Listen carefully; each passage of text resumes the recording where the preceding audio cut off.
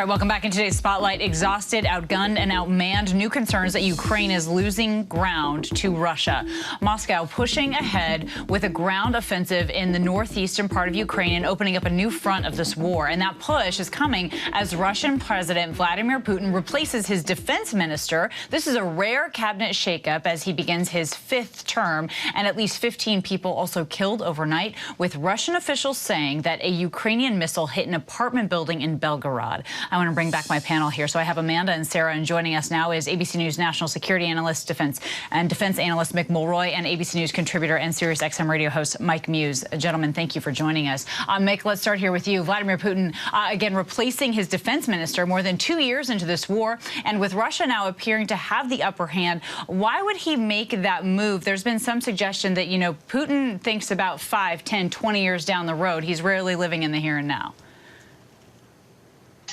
Okay, first it's important to point out he's been there for 12 years. He's been the Minister of Defense for 12 years. And I think, quite frankly, a lot of people would have guessed that, and a lot of military analysts guessed that Russia would have taken Ukraine a long time ago.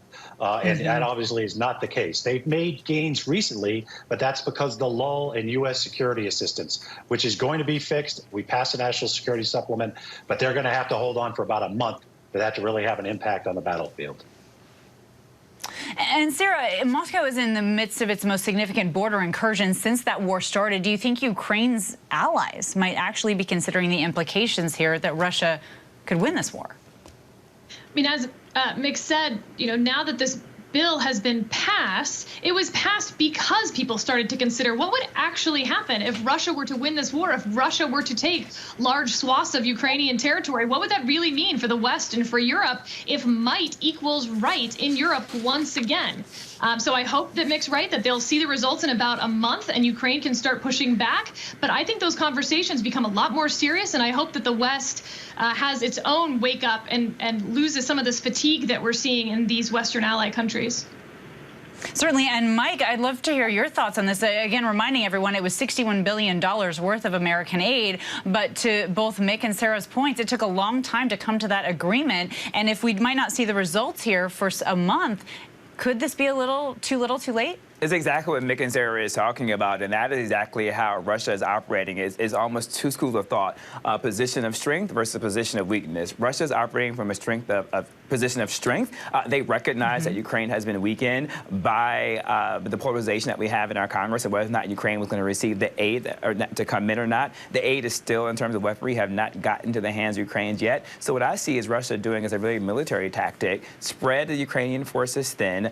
They're already coming from a place of weakened position, make them spread their forces out more to weaken them even more to present a better, strong ground offensive into Ukraine, really demoralizing the troops and really bringing this conflict to a close that sides more so on the side of Russia, winning it ultimately at the end.